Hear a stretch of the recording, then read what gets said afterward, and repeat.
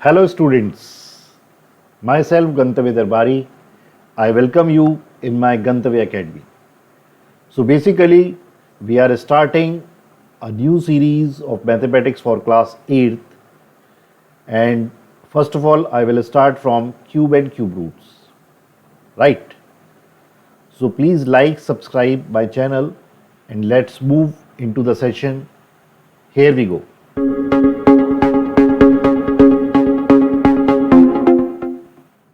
Hello students, तो आज हम जानते हैं क्यूब एंड क्यूब रूट्स के बारे में। जब भी हम कहते हैं क्यूब, इसका मतलब होता है किसी भी नंबर को उसी नंबर से 3 टाइम्स मल्टीप्लाई करना। So what is a cube? When a number over here, यहां पे वो नंबर क्या है? ए। तो when I am multiplying a 3 times, then what it is said? Cube of this number. तो मैं इसको एक्सपोनेंशियल की फॉर्म में लिख सकता हूं, a raise to the power 3। यहां पे आपको ये बात याद रखनी है कि a यहां पे बेस है और 3 यहां पे पावर या एक्सपोनेंट।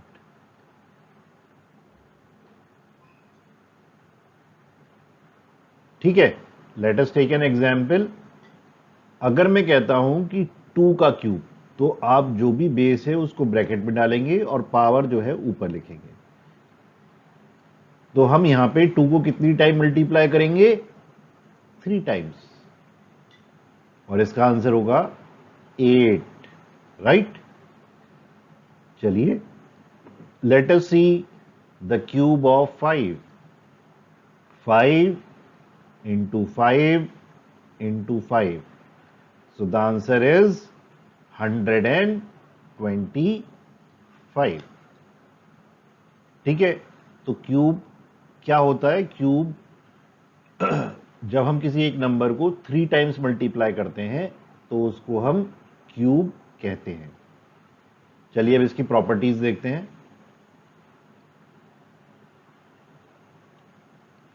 अब क्यूब की अपनी खास प्रॉपर्टीज हैं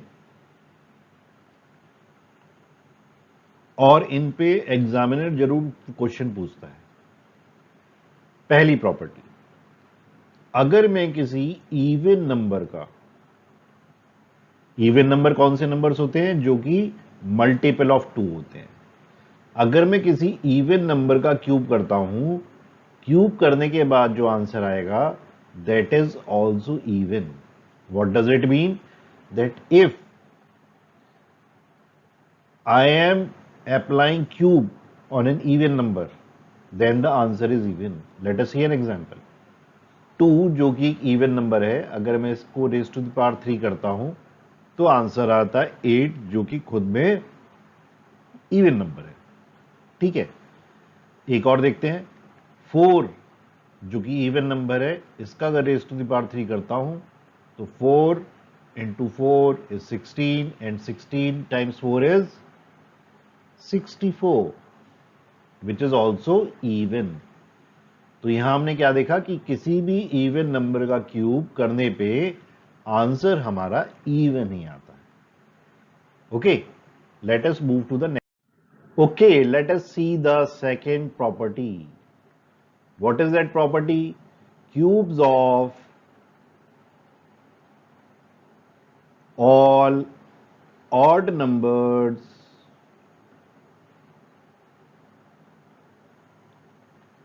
are odd। What does it mean? अगर मेरा नंबर है 3 जो कि एक ऑड नंबर है और मैं इसका क्यूब निकालता हूं, यानी I am multiplying 3 times, answer is 27। As you can see 3 and 27 both are odd numbers। For example, B, 5. 5 is also an odd number. So when I am multiplying 5 times 5 times 5, 5 5s are 25 and 25 5s is 125। So this property holds true कि अगर मैं किसी cube number का अगर मैं किसी odd number का cube करता हूं तो आंसर भी ऑड ही आता है। Third property, and it is really an important property. What does it से? अगर मैं किसी नंबर का क्यूब करता हूं और उसकी यूनिट डिजिट, कौन सी डिजिट? Unit digit. और अगर उसकी यूनिट डिजिट जो है 1 4 0 5 6 and 9, I am repeating again, 0 1 4 5 6 9। तो अगर किसी नंबर में जिसका मैं क्यूब कर रहा हूं उसमें ये यूनिट डिजिट है, क्यूब करने के बाद यूनिट डिजिट्स यही रहेंगी, the number having the same unit digit. So cube of number with digits 0 1 4 5 6 and 9 are the numbers having the same unit digit. ठीक है, जैसे 4 का एक एग्जांपल लेते हैं। 4 raised to the power 3 is 4 into 4 into 4, that is 64। Unit digit पे क्या दिख रहा है मुझे? 4। 5 का क्यूब देखते हैं, ऊपर देखा था हमने 125, यूनिट डिजिट पे क्या दिख रहा है? 5, राइट। ऐसे ही 9 का क्यूब और देख लेते हैं,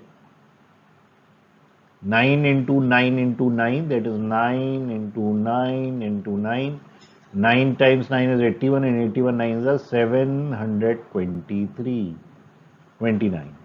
So you can see over here 9।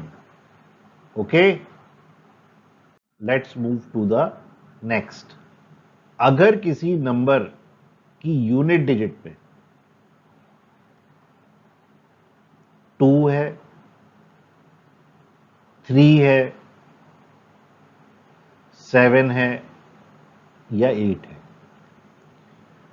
तो क्यूब करने के बाद 2 का 8, 3 की यूनिट डिजिट 7 में कन्वर्ट होगी, 7 की यूनिट डिजिट 3 में कन्वर्ट होगी, 8 की यूनिट डिजिट 2 में कन्वर्ट होगी। देखिए 3 का क्यूब कर रहा हूं, यानी 3 इंटू 3 इंटू 3, यूनिट डिजिट देखिए 7, राइट। अब मैं 7 का क्यूब करता हूं, 7 इंटू 7 49 एंड 49 इंटू 7 इज 343। देखिए यूनिट डिजिट क्या है? 3। तो आपको ये याद रखना है और इस पे आपके क्वेश्चंस भी फ्रेम होंगे। Hope you have understood. Let us move to the next property,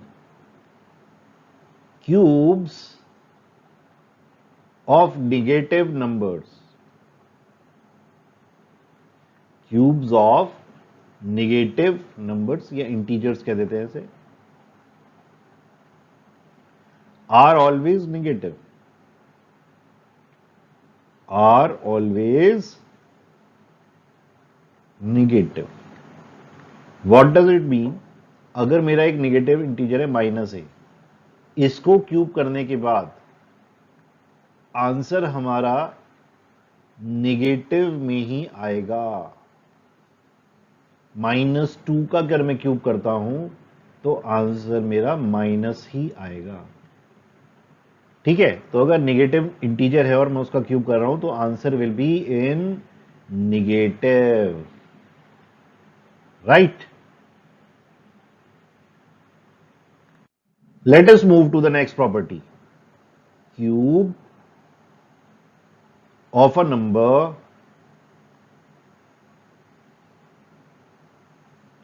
that ends in n zeros।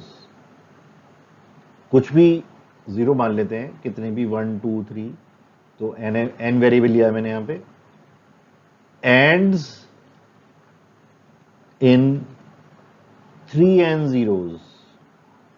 समझते हैं इसको। 10, इसका क्यूब कर रहा हूं, यहां पे कितने जीरो हैं? 1। क्यूब करने के बाद कितने जीरो आएंगे? 3n। यानी 3, तो आंसर आएगा 1000।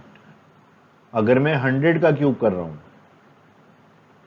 n यहां पे क्या है 2, तो कितना आएगा 3 इंटू 2 दैट इज 6 zeros। ठीक है, तो इस तरीके से आप नंबर ऑफ जीरोस काउंट कर सकते हैं उन नंबर्स का जिनको हम क्यूब कर रहे हैं। Let us move to the next property. Each prime factor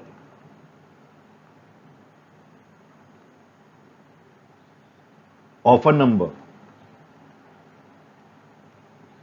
appears thrice in its cube। Suppose मेरा नंबर है 18 और मैं इसके फैक्टर बना रहा हूं प्राइम, तो 2 times 9 is 18, 3 times 3 is 9, 3 times 3 is 1। तो क्या 18 एक परफेक्ट क्यूब है? नो। वाई? बिकॉज इसके जो फैक्टर हैं वो पेयर ऑफ 3 नहीं बना रहे। जैसे 2 एक 1 टाइम आया है और 3 2 टाइम्स आए हैं। Let us take another example. Let us take 8।